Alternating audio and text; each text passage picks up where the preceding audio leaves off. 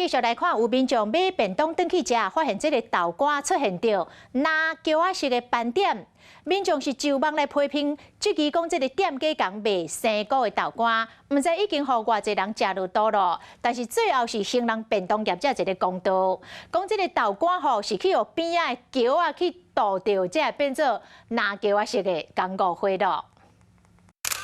将便当内豆干拢甲拣出来，闻咧乌青乌青，看起来敢若生果共款，而且佫毋若一地尔。家人有乡亲买便当转去时，发现讲即个豆干敢若互人煎过共款，有乌青，伊当作讲是生果起一个铺上面，且讲即个头家真正是咧滚酸笑。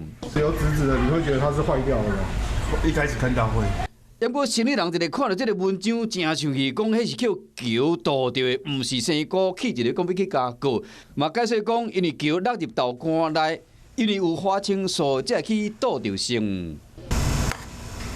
将这个球放入豆干顶试看卖，过无偌久，真正有去倒掉色。啊，万一若买到歹去的豆干，营养师嘛教大家要安怎分。它会有很明显的一个酸败的味道，那甚至会有白色的液体黏液。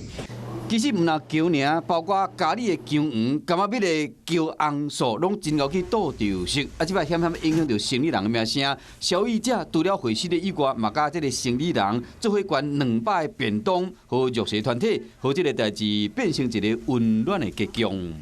Hello， 大家好，我是乃瑜，要教给大家2个任务。第一个，华视新闻的脸书专页，你按赞了吗？还有华视新闻的 YouTube 频道，赶紧订阅起来，还要记得按赞，开启小铃铛哦。